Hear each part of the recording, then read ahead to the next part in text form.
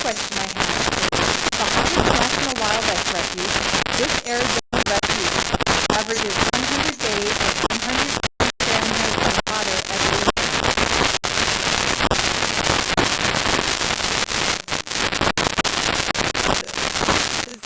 Is that what you're going to say, Ashley? Okay. Let's have it there. And the next question I have is, what National Wildlife Refuge has the longest name?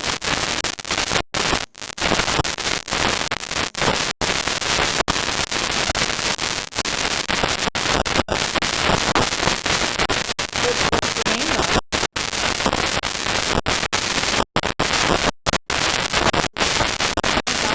Very good. We're going to go ahead and get started, and then we'll have a workshop.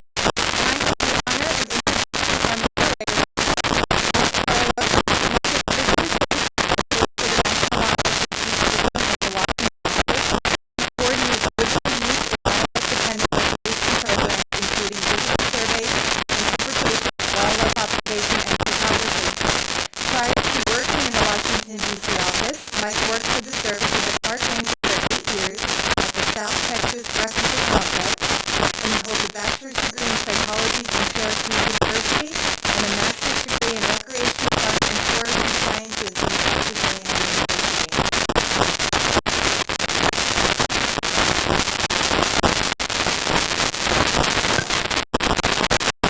Okay, well, thanks for coming. Looking over the agenda for all of the workshops and sessions that we have for the week, I like to give the birding workshop in forums and formats.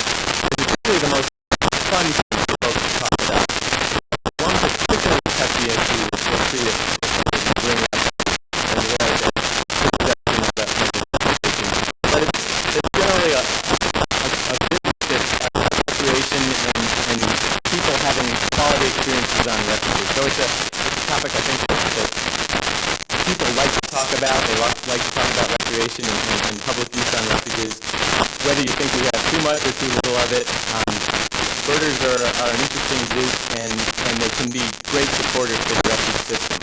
So I thought before I introduce all of our speakers, and I'll introduce them in turn as we get started, give a very quick history, although there are some people on the team, the birding team, are more experienced than I am and have a better sense of the history of the initiative and the team formation. But the birding initiative, right now we have 22 on the team. It will fluctuate between 22 and 25 as people come and go and take in different positions. But we have 22 folks at the moment, and those folks are on the team, the technical team, now examine all facets of birding programs on refuges. And Stacy will be passing out a few different things, everything from sort of an agenda of what we'll follow today. There is also some direct recommendations that the birding initiative ties in nicely with the vision document. And then we'll pass out the elements to creating a personal refuge. And I think the other one is sort of the news release about the birding team. So I'm going to too many details because we really like to hear from our team members and focus on the areas in the birding initiative, areas where they have great expertise and experience, and we'll tell you a little bit about how particular areas to most refuges in the city. So we have the birders team, and we also have the birders circle, and that circle is growing all the time. We're probably close to about 230 members as of today. So the birding team is a group that gets together by conference calls monthly, and usually we try to meet annually and discuss the priorities for the upcoming year. And so the team has been around, most of the members of the team have been around for an average of about 3.5 years. Some are newer, a bit older than that. And then we have a birding circle, which involves anybody who wants to be on it. Most of them, about 80%, are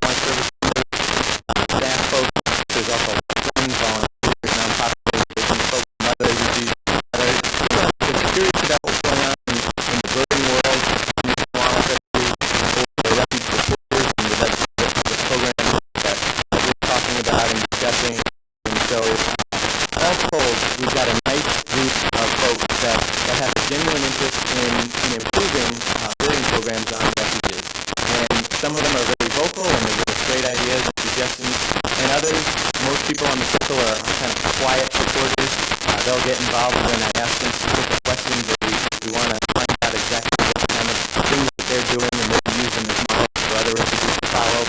But in general, the birding team came together some years ago, 5 or 6 years ago, to really help refugees examine this group of unique stakeholders. So before we start, Hollywood Guardians would call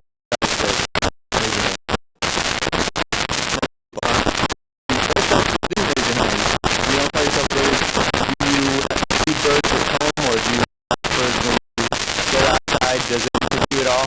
You can see birds at home that didn't raise their hand? One person? It's interesting, when I give this presentation, there's usually a distinction between serious bird watchers, very avid folks that go after birds with gusto. They might be listers and keep an extensive life list. They might always carry a field guide and set binoculars with them, because they're always on the lookout for the next new bird or the next interesting bird. And at first, when we formed the birding team, that was kind of the demographic that we found. Very serious birders, because we asked birding. We all did it on a temporary basis. They were paid. They were outside the wildlife service. They were some of the birding community. An interest in refugees. They were supporters and wanted the system as a whole improve their birding program. So they donated 20 hours of their time. They put together a series of about 11 white papers, everything from education to interpretation to observation to public facilities, to outreach to new technology, and they put together all these white papers, and basically what they did was they examined birding programs on refuges as a whole, and they made one list that said this is what you're doing well, and it turned out to be a rather shit list when you look at the system entire. Of course, individual refuges are outstanding birding refuges, and some are meeting all of the criteria that they develop a bird-friendly refuge. So they're doing that from the start, or if they've been years. Others, because of staffing, maybe they didn't know our staff, maybe they didn't exactly connect with this group of stakeholder birders, or they didn't have birders on staff, or they didn't feel comfortable talking to talk or how to actually treat folks. So it really run the gamut from doing a great job to the person who really hasn't even thought of addressing the particular needs and values of that group. So most of the work that they did, they focused on where they thought we could improve. And their insights were really invaluable to it was amounted to a wake-up call. Wow, as a system, it looks like we're meeting a basic minimum level of service or standard or best practices. If a person went to Refuge and had a great experience, well, they went to PC and might have a there was no evidence that birders were really welcome in this building. So we think it's mostly an opportunity to connect with a large and growing segment of the participants out in America. And so that's how it evolved. Two goals. We wanted to create a birder-friendly refuge system with goal number 1, to ultimately create a cadre of refuge-friendly birders. And that's good. And we've been talking a lot about that at the Refuge conference, and I'm glad to hear that discussed so openly and so frankly that really we're trying to tell ourselves, the American public, too many folks don't know about it. I know it was probably a decade ago or 20 years ago, so that America just kept people out of that country, but it's kind of we really have to reach out to lots of audiences, let them know that we're here, priority recognition, that they can do messages, and that they're welcome to participate on the yard of the land. And so that's really the key.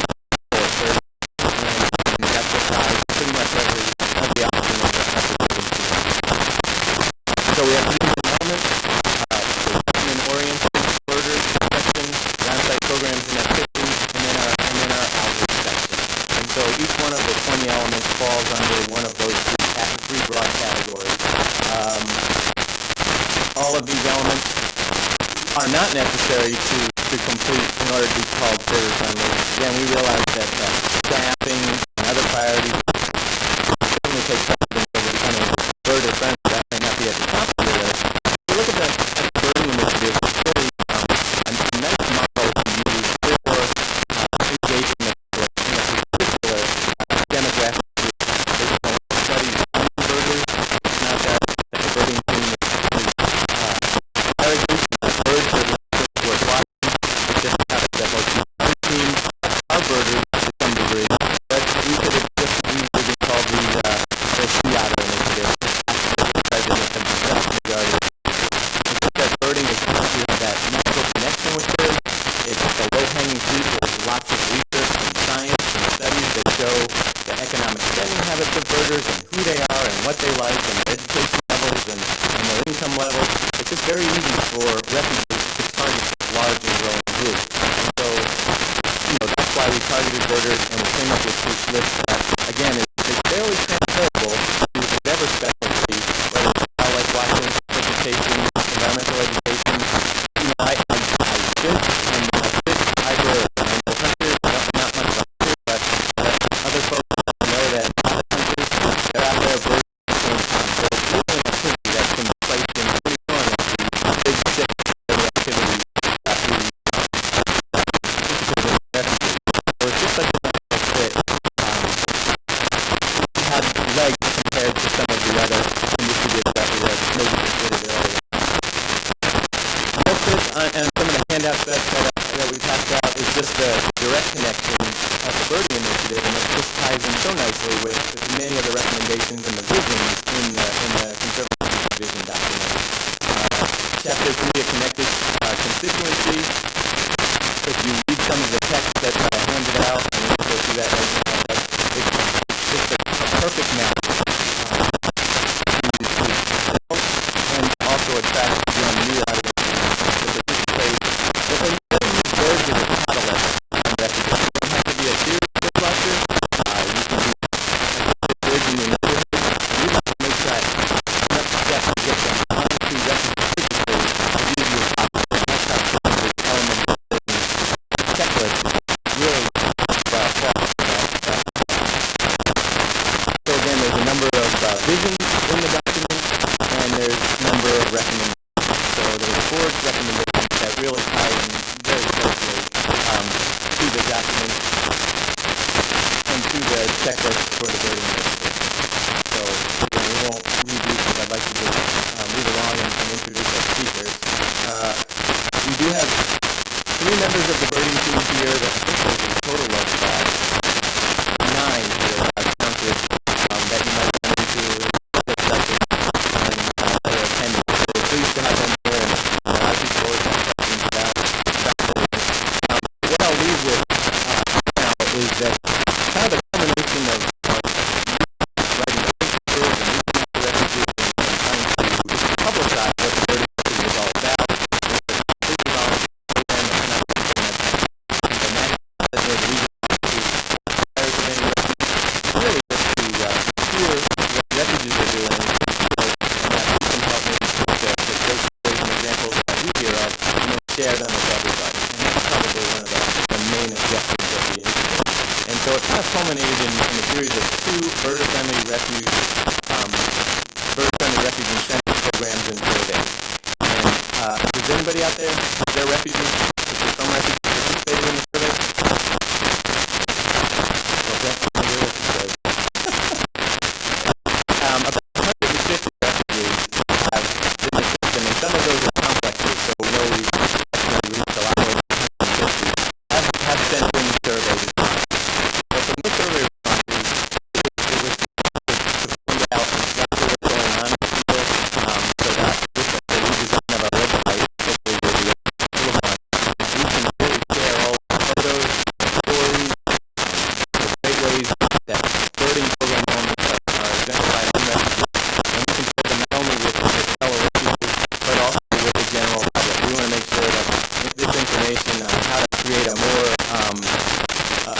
friendlier atmosphere for this cohort of folks can be shared with state parks, with local county parks.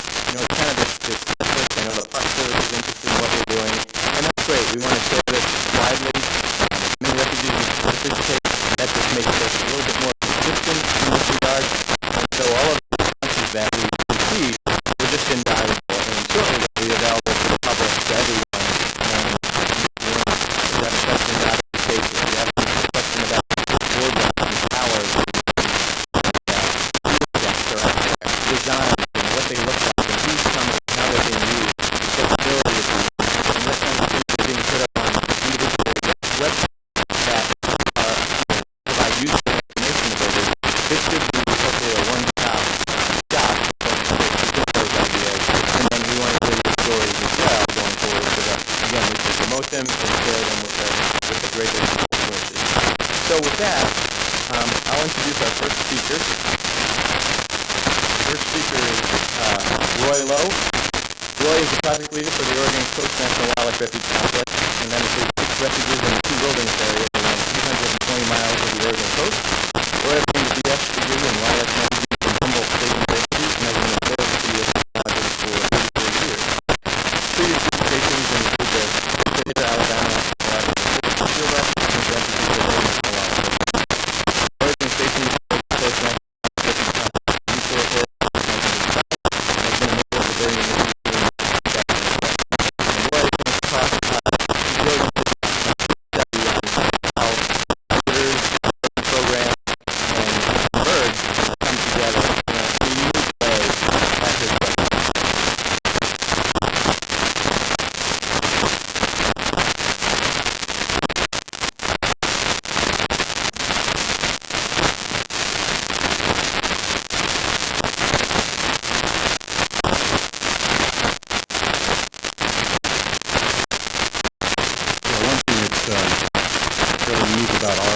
refuge complexes, the vast majority of it is open to public access. It's a little more difficult to private birders. Today, I want to talk about 2 things we've done on our complex to try to provide for wildlife and border coverage. Visiting that subject is way back to the I've been here. A lot of people now hunting and fishing with family. This is my first sport duck I ever shot. I was 12 years old and was able in California to get 100,000. And pretty much just mixed up. There are 2 wood ducks, a stop and a sword. By which I'm getting paid for the test. But buying that migratory bird conservation stamp is really important. And many hunters have done it over the years. We're trying to encourage birders to do as well. 90% of that money goes to purchasing land for national wildlife refuge. They've raised $700 million in state news for land for this. So it's a very important avenue for new acquisitions. And into it, birders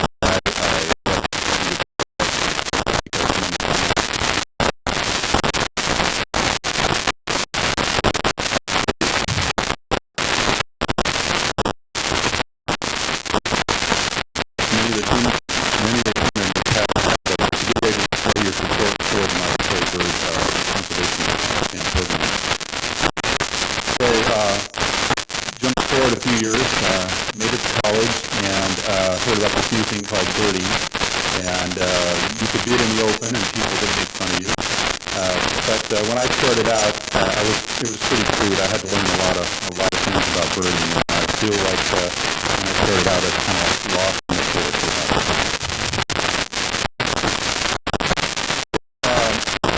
When the team got started, they realized they didn't have total geographic representation. There's nobody from the coast on the team. Provided an authority. My reference supervisor about what makes you think you have to work with. And I was did on my own because I have to. It's really important to learn to birders and tap into our refuges and provide for them. So I joined up as well. And some of the reasons it's really important to provide for birders is economic. $36 billion in annual retail sales associated with birders. There's 15 million birders in the United States. And you see the numbers here, the economic output, about 85 billion and 800,000 jobs. So if for no other reason, it's great for the economy. You've got a good record prepared, and you, the county commissioners or others that, the refuge is really important in economics and provide for birders to get in the community.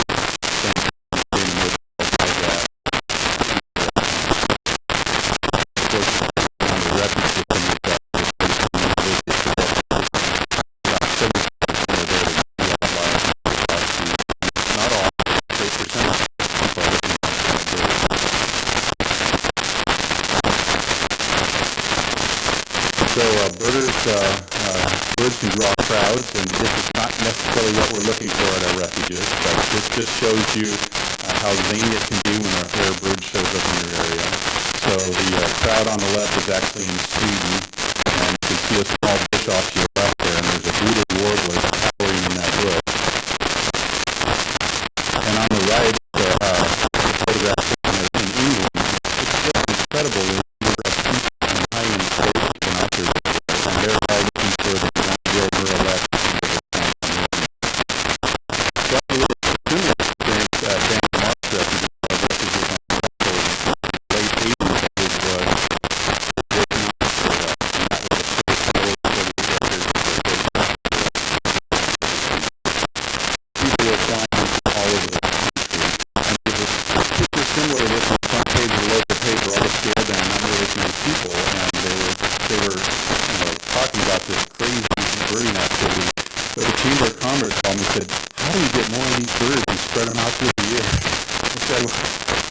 quite that easy, but one of the programs that we've done is the Shorebird Sister Schools program. We actually have the largest program on the refuge in the nation, and we run 700 orphan students program. So our AmeriCorps members do the actual teaching in the classroom, so we have a number of days of instruction so that everybody gets out in the field, and then they're ready to sponsor the outfit. And we the local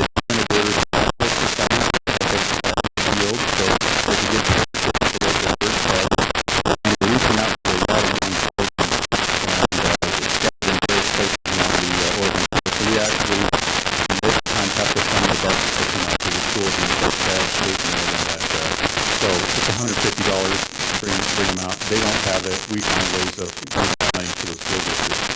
And, we see these kids in the store, in the school a year or two later, and they'll run up and say, hey, we saw a race today. And so, that stuff kind of picking up. And this is the County Option Audubon Society, a really forward-thinking Audubon Society. We had not worked with too much. We're on the southern coast. And but we've been working pretty diligently with them the last few years. And here we're out of one of our mainland units at State Point, and they're pulling up their saws, and so they're helping to saw down the pine trees to help protect the coastal prairie from overrun by trees. But, they have become a great competition. They're very sophisticated, and we have a resource that now right on our boundary with 100 feet of our boundary, and they're right in the middle of it, dealing with the developers, trying to get concessions, and they're in the forest some of the marine protected areas that all along the Oregon coast. So dealing with constituency with birding groups is a great way to help protect your refuges. And I won't read this whole thing. The last paragraph is the most important. This was in the last several days of the potential government shutdown. And Oregon Birders Online, which is our statewide bird threat, there's a lot of talk about they can't close the refuge. They can't keep nothing going out there. Well, they won't be working for it. They don't protect it. And so there's a big debate on whether to touch it. And this one person whose name I've removed, and said, hey, you have to be thinking about these employees and the really impact them. So I'm going to put this up to say that dealing with the bird community, talking with them, you get them on your side, and you can get a lot of things done working with them very courageously. So we post, we do a few posts on the bird chat line when we see rare birds. I monitor it. I don't do it at work, so we see the messages, but at night I'll go through and if it looks like something's important, I'll pull it off and keep that data. say, did you really see this? Where was it? So I get information as well from three safety folks.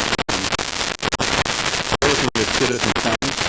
You can get birders to help you do things to understand your refuge. And these are volunteers who have a very precarious job of moving in and out the site because they're trying to look at the North Face rock and document the ecology of the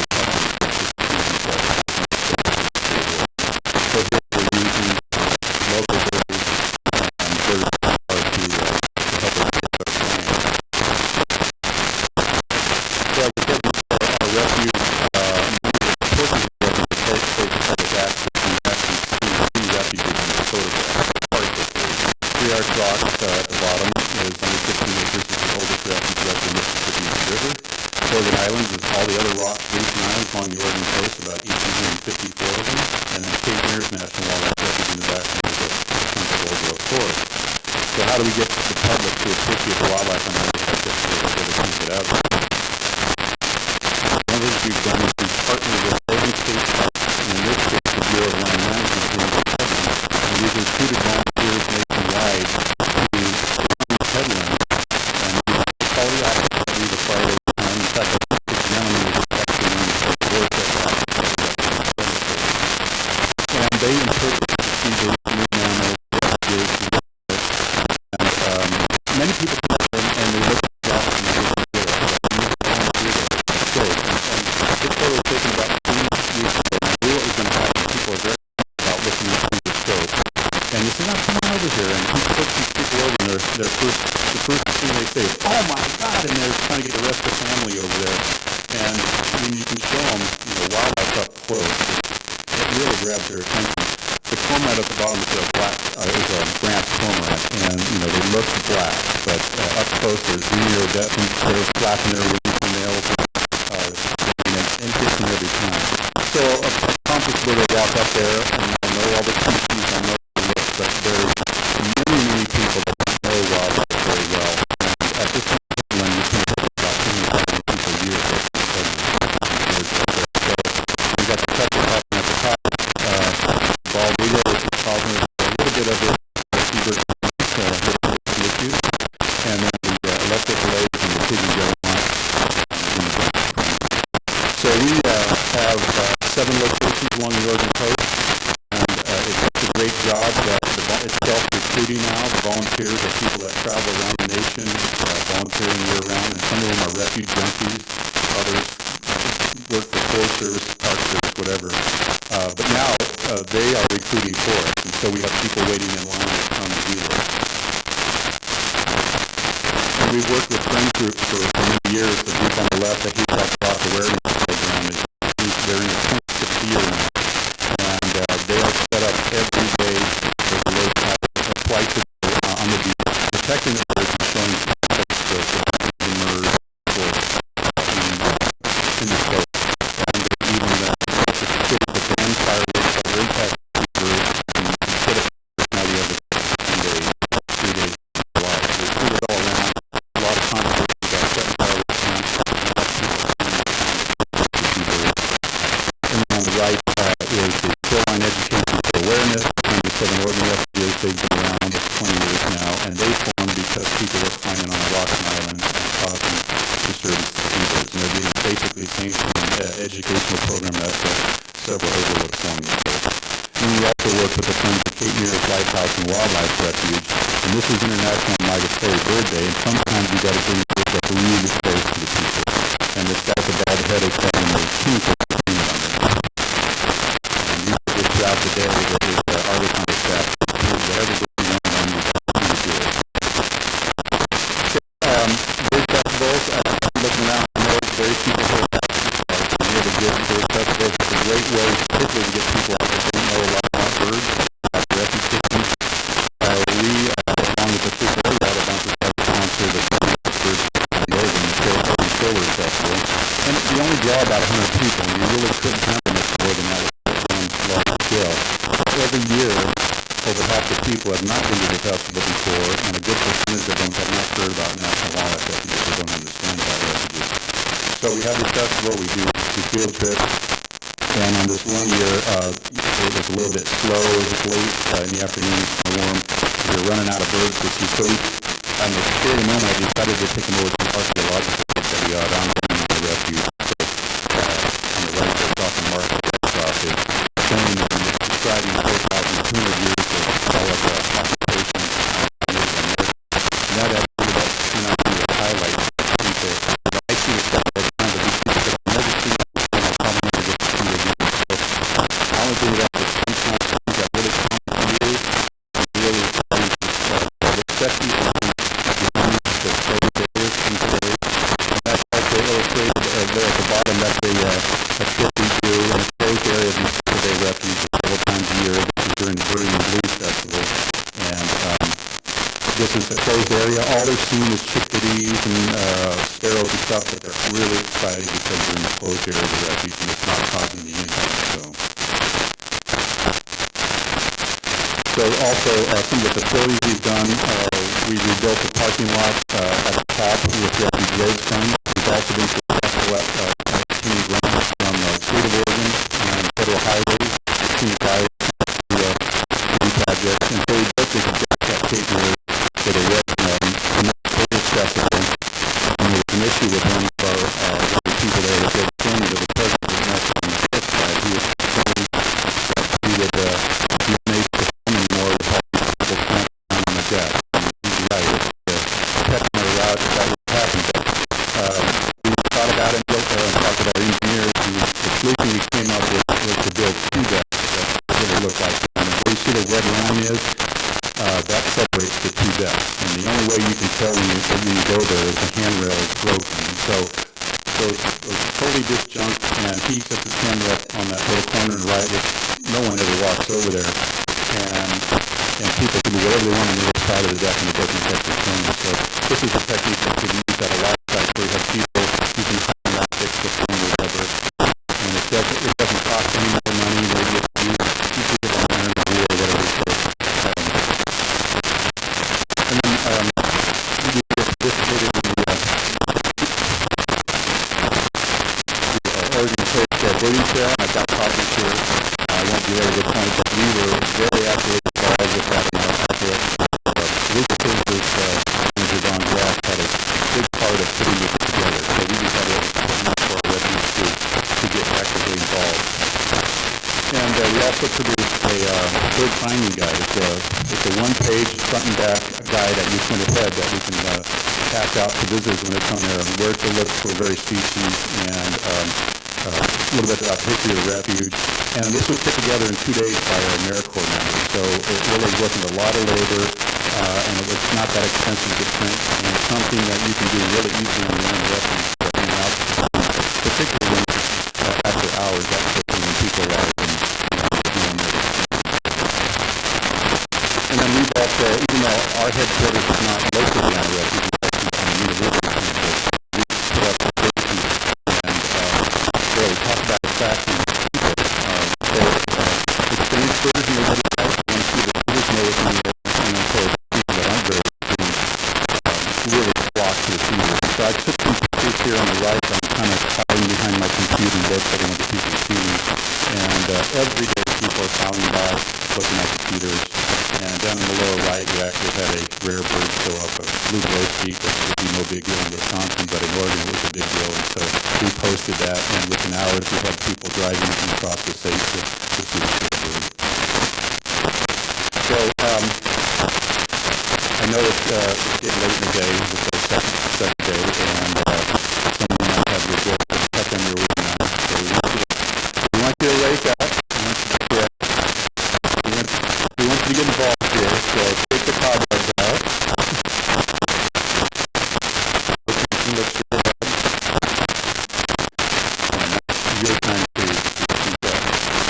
So we would like your point of view on the questions we hand out so that question number one, what kind of birding can you do for refuge and field stations to improve birding programs over the next 2 years? So we want your ideas on how the birding team can help you at your refuge. And you can write down your questions here, or we'll be glad to take them right now from you if you want to share them with the crowd.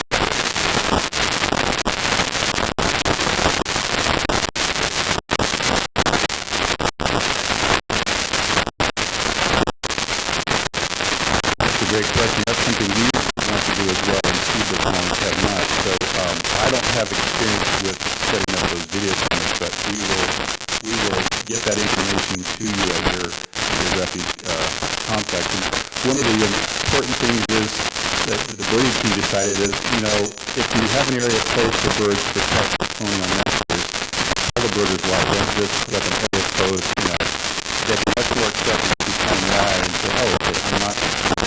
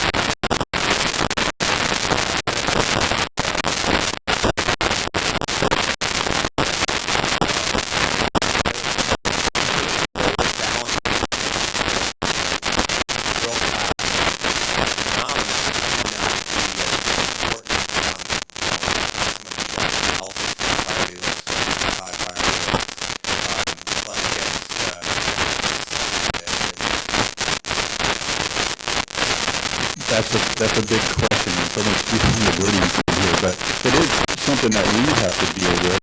We're doing the largest tidal saltwater calculation project ever done in the state of Oregon, and we're completed last month. And it's been local birders and the local Audubon Society wanted us to create roosting islands for birds near the deck, and ecologically that's not what was there historically, and we don't expect people to maintain that habitat or vegetate over that whole region. So it would be great for birding opportunities, but we're not doing it. We're taking each of that to the restoration, and then where we can have birding and other wildlife uses, we will. I know that doesn't answer the question. We need to have a philosophical talk over here or something about that. But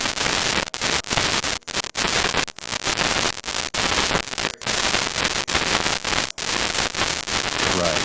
Yeah. I think we need to move on.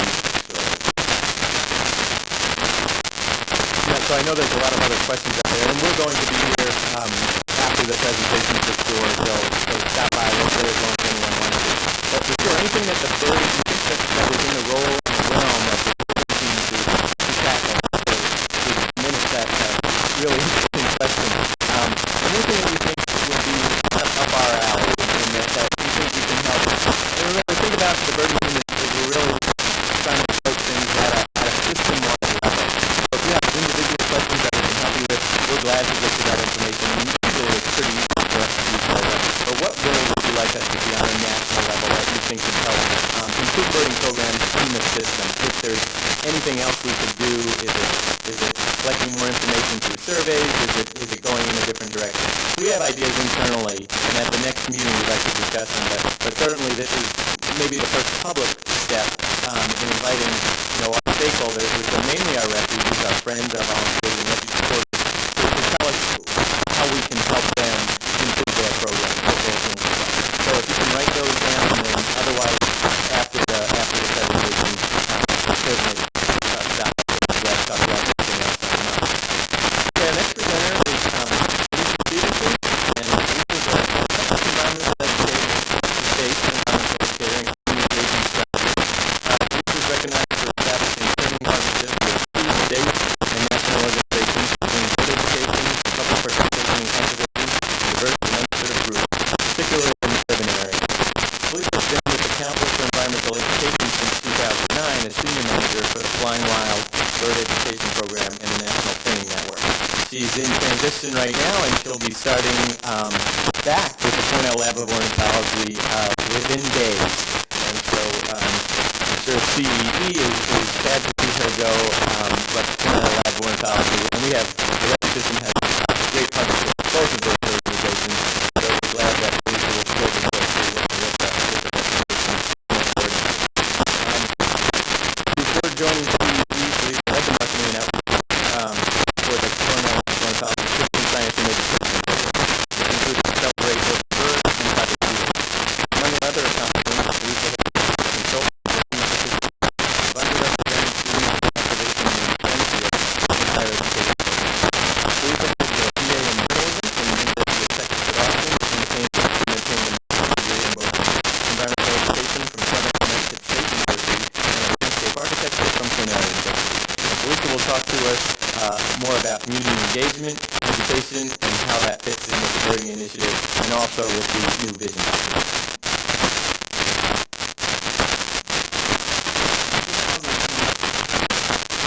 Good afternoon, everyone. I know this is probably the way to do a presentation this late in the afternoon after lunch and second day. You guys had a good time. I am really happy to be here because I've been involved in environmental education for over 20 years, but I don't think I really considered myself a birder per se until probably 2006 when I started with the Cornell Lab of Ornithology. I watch birds, I study birds, and so what I want to talk to you about today, and engaging new audiences and bird supporters for your refuge, are to talk to you about people maybe a little bit like me who are concerned and interested and are part of your local community, but they may not already be birders, but they may have an affinity towards wildlife. They care, they have children, there's a legacy, they're concerned about conservation, and some of them maybe just want their kids to be more involved in activities related to nature. We're finding that many people today are their consciousness has been raised through information about nature disorders, children and nature. And so we want to really tap into that new awareness and consciousness about the environment and bring new audiences into the conservation initiatives and activities and to really involve.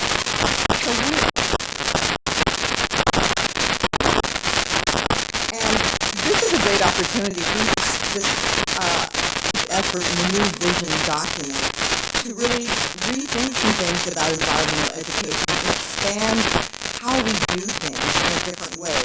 And my experience with environmental education has been from a very personal level. Oftentimes it's been a great deal of effort in a one-way dialogue with people to send information out to them. How many of you in the audience already have environmental education activities or programs happening at your refuge? Because we are already doing this, so this is not new to you. But what we're looking at now is that people need to have a much more personal connection with the environment. And they need to know your refuge. They may not even know you exist. And we're talking about these new audiences, not just the birders who already know you exist, but families and communities and new organizations. And these are the new publics, the new people who will be voters, who will be participants, who will be donors and supporters of your local refuge. And they are a very important constituency that we want to cultivate. And one of the best ways to do this is actually through environmental education programs. Now, what's interesting about it is that environmental education programs are going through evolution. We certainly have typical curriculum types of programs, Going Wild and Project Wildlife and things like that. We certainly have bird groups. There are other programs that start to more into the community, like citizen science programs, that broaden the experience of environmental education on a personal level for people and tap into this so much level of community, where things are turned around and we start to say to this community, to this public, that you are important and valuable to conservation, to preserving and conserving land and wildlife. Your role, who you are, regardless of who you are, you have something to contribute and you are valuable and important to this conversation. And we want you to participate. That is a really different way of engaging in environmental education, and it's so important now because people are listening to that.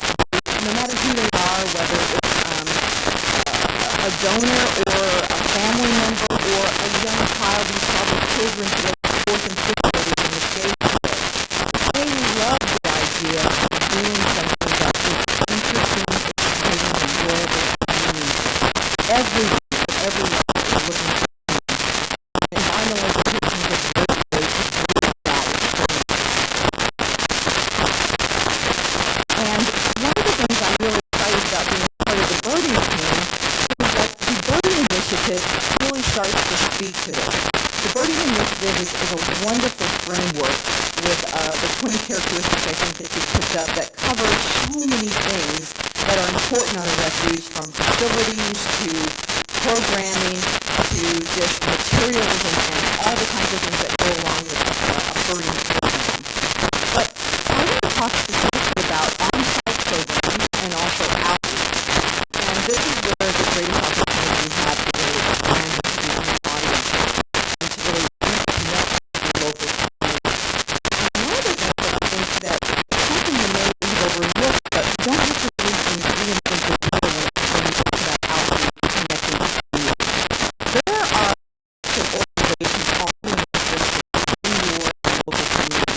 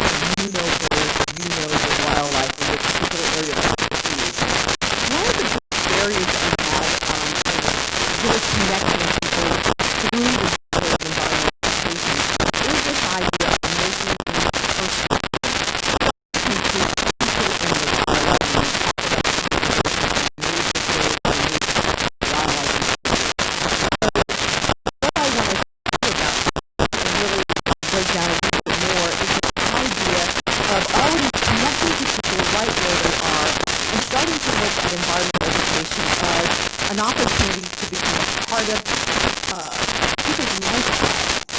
And that's where things are strongly grounded. People already belong to their church group, or their youth group, or the scouting groups, or the 4-H. All these things they have already made a decision about that are priorities for them, that their children and their families are involved. So, and now you come along and you knock on their door, hey, you come up to the restaurant and you're like, well, I didn't know you existed. And why should I do that? Because my time is already allocated. I've got scouting, I've got my group, I've got my ministry, all these other things.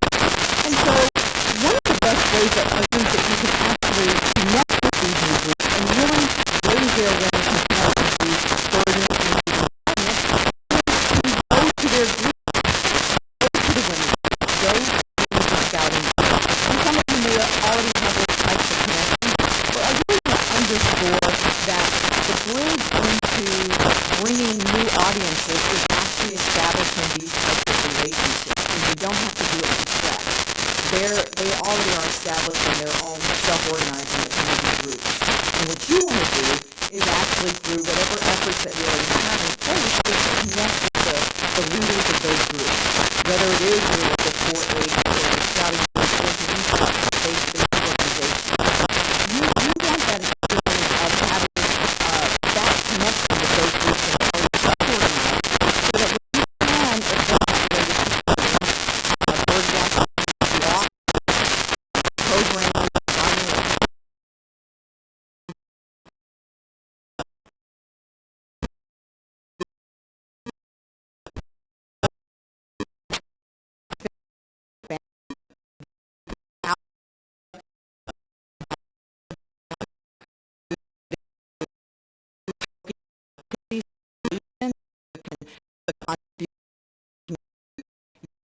looking for group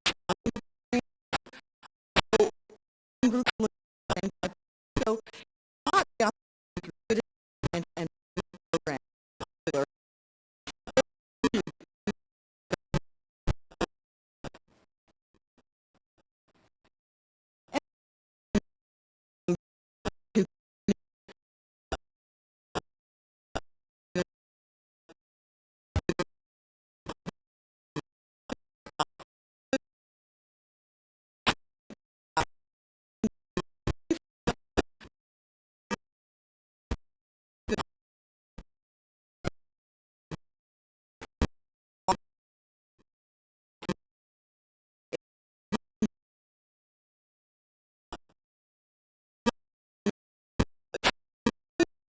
But it's what you need. What we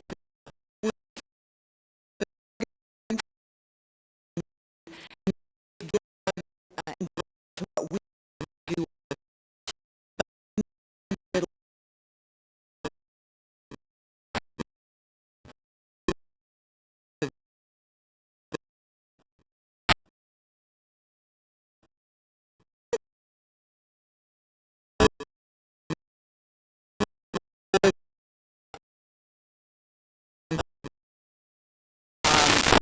Birding and to bird watching and the idea of educating people in an enjoyable manner.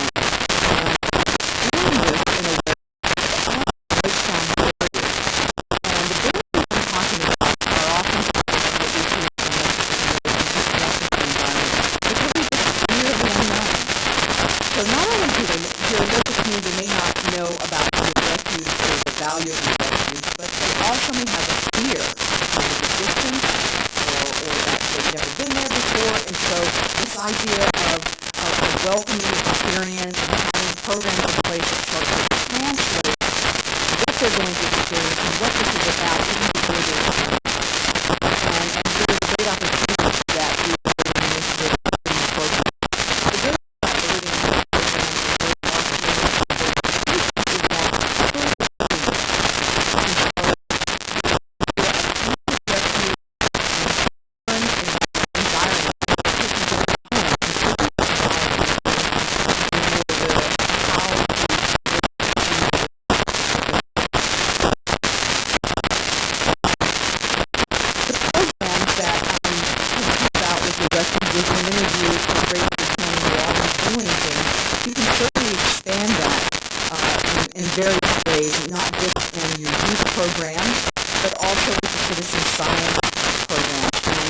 lab of ornithology is really strong in the citizen science aspect, and we really have found great success bringing new audiences into conservation initiatives and activities, raising awareness about the value and importance of birds.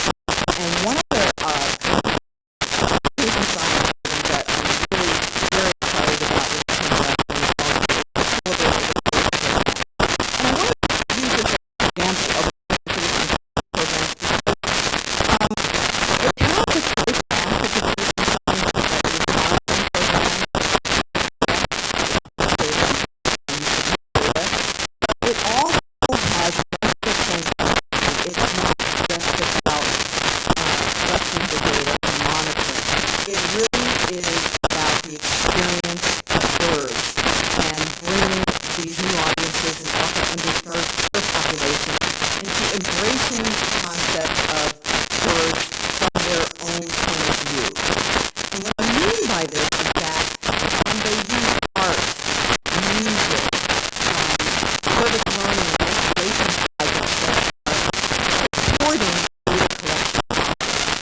So it's a complete experience for citizen science, not just collecting data, but going beyond that and doing something back to the community. This community connection is not just about collecting birds, but it's about how can I maintain habitat in my community for birds. I do maybe maintain the point that I visit.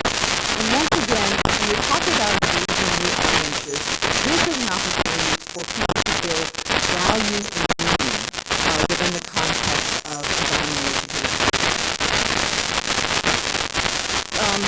One of the key things that you all have that is so fantastic is that you are based. Your location alone really is a destination point for new audiences.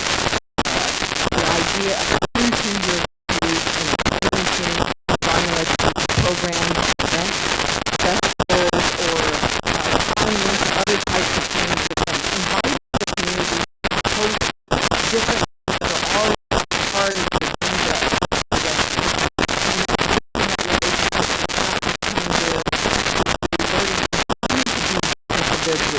on you and incorporating environmental education and a learning format into that experience.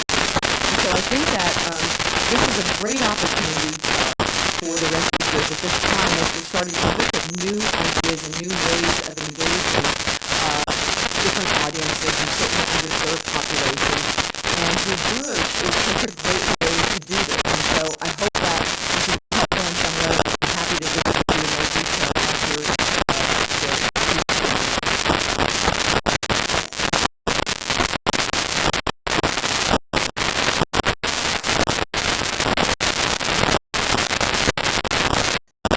on your sheet that Tracy handed out, I was wondering how about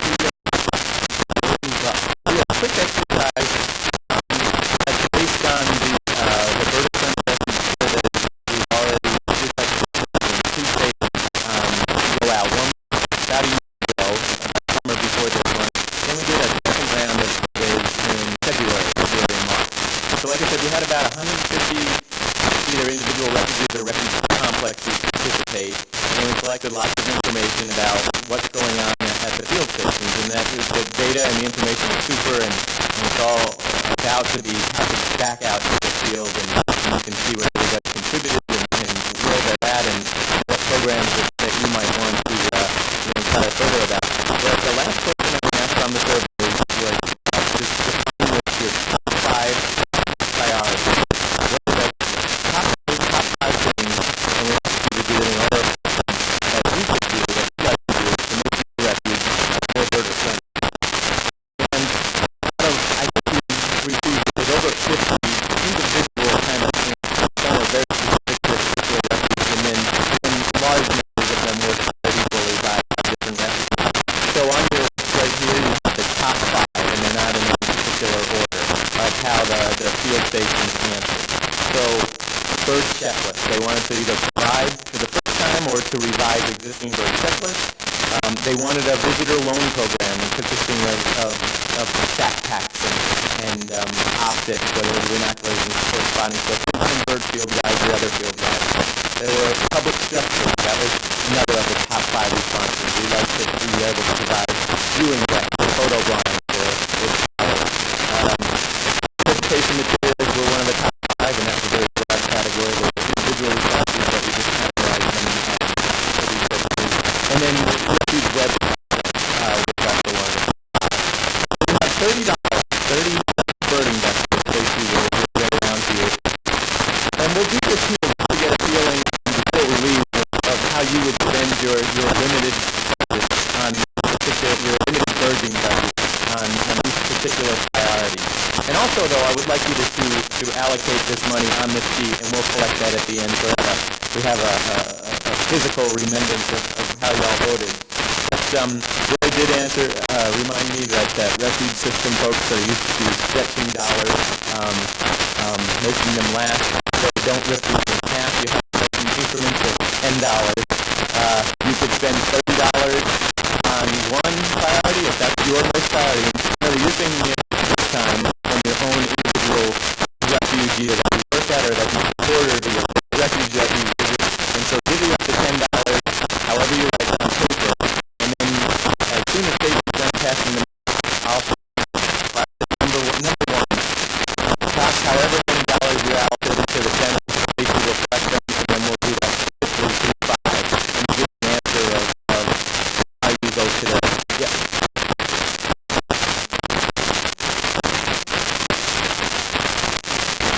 Yeah, we know that some of you might have all 5 here, so it's how you think.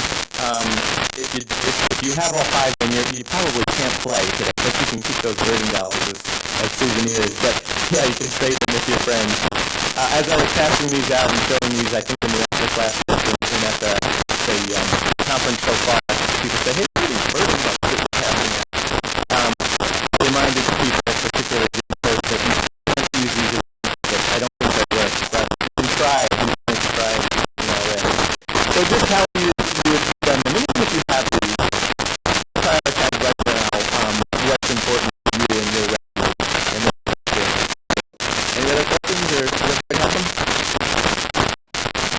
Okay, we do about another minute to decide two allocations paper, and we'll vote on the how much would you spend on item number 1. So if everybody's ready,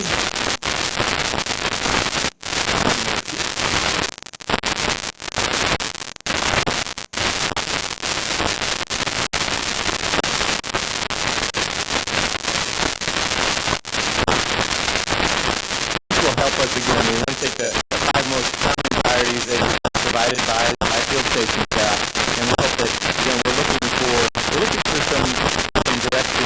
Again, we have our own internal. We really want to bring this up to all refugees and refugees. How should we focus our efforts in the coming year or 2? This is another way to look at what folks have said. We've spoken to surveys and then take those more broadly survey participants to get an idea of what folks are looking at. Okay, number 1, pass your dollars, centers of the style, and Tracy will count them up. However much you want to spend on bird checklist of your $30.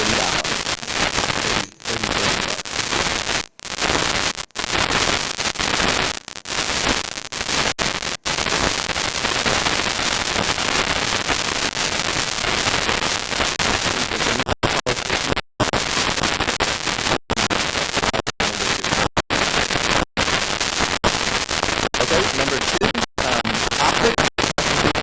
How much you program. Digital loan program.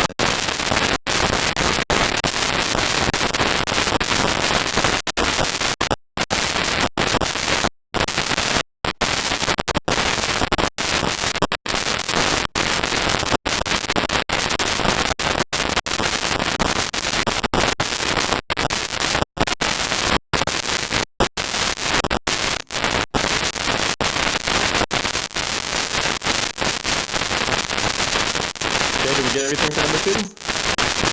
Number 3, public structures, how much did you allocate towards public structures?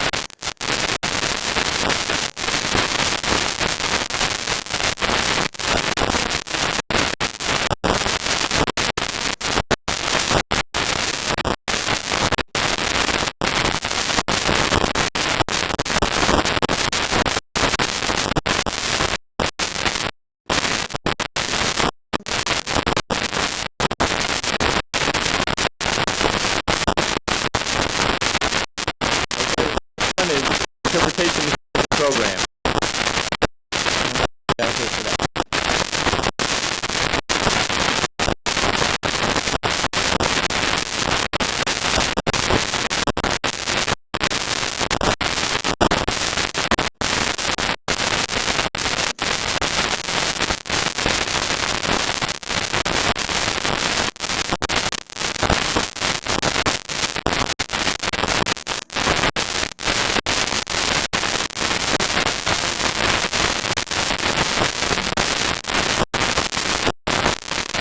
And the last one, web improved internet pages.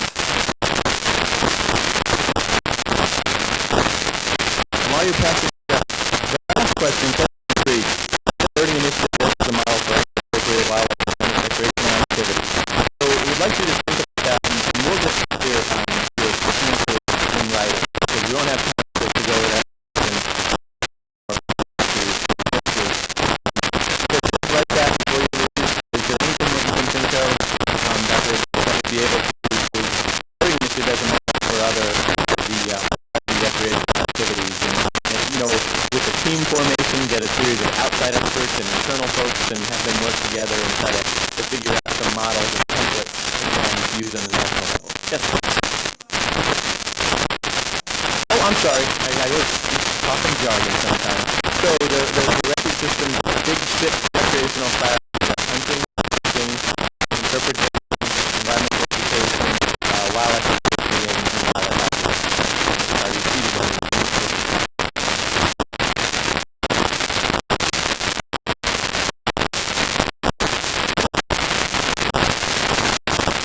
Okay, so real quick, the total return to that number 5 is the newest establishment is the bird section.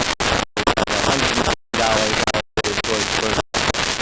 And that's not surprising. It's a high priority for birders at all levels, people who like birds, but most refuges for sure have bird checklists. And a lot of folks need to either want to improve them or to enhance them and use a bar graph format versus the 4-season format and things like that. But most refuges have them. So as long as you have something, that's certainly better than nothing. Next, so visitor loan programs.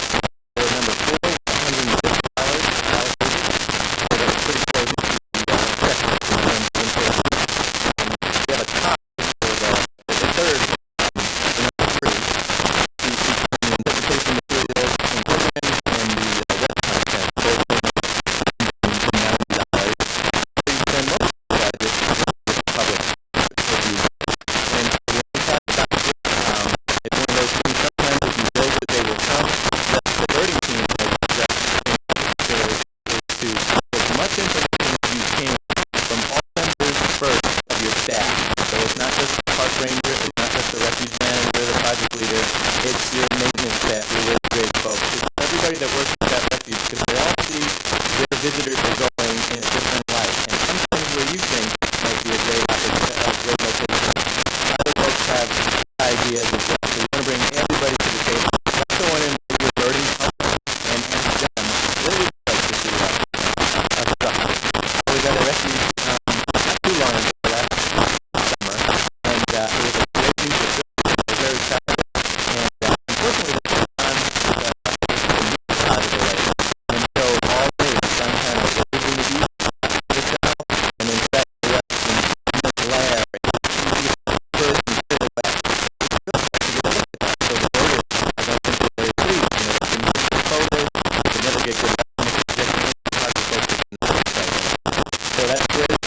They're very expensive structures, so that's why the birding team's recommendation is to just get as much input as you possibly can consult as many sources and designs as you can get the best design for your tile.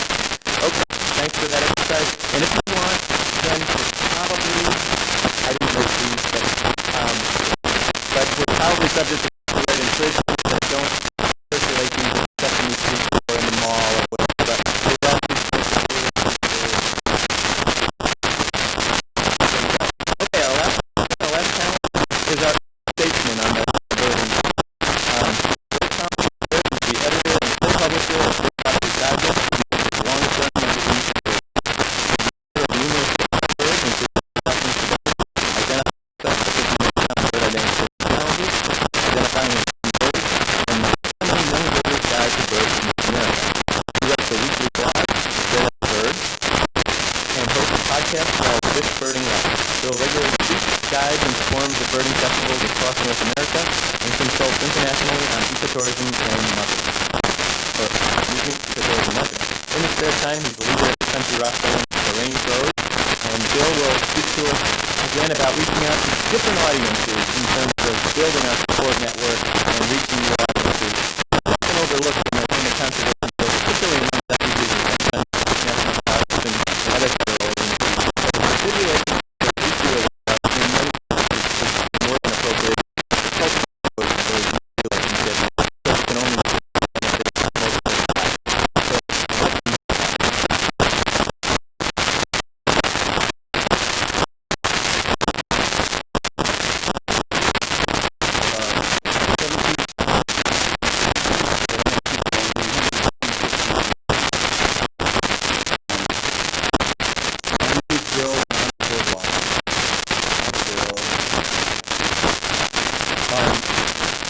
I'm going to rip through these really fast. A lot of this is covered by my colleagues here who really have together today. There's a lot of ideas.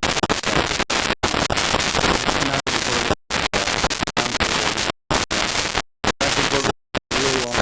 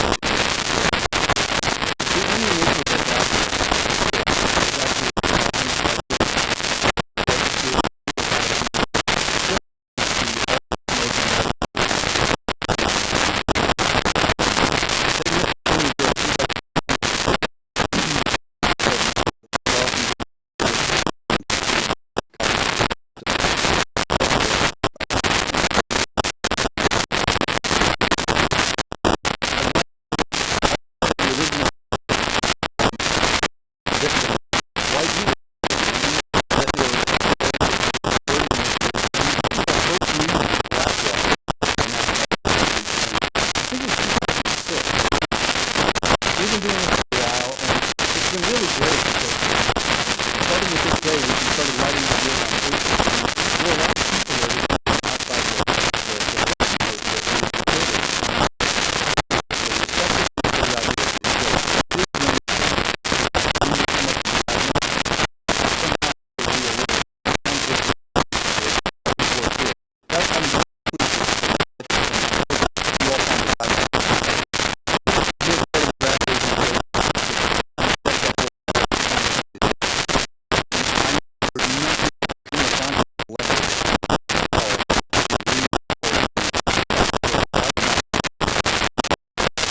Well, Bert, great point. I've been trying to figure out, $5 billion bird watchers. Why the hell Madison taking that? I've been trying to do that for 50 years. But I think Thompson has several thousand years of experience, right?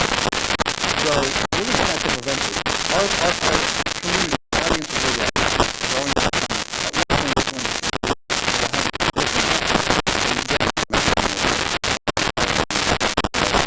but yeah, bird watching is really everything.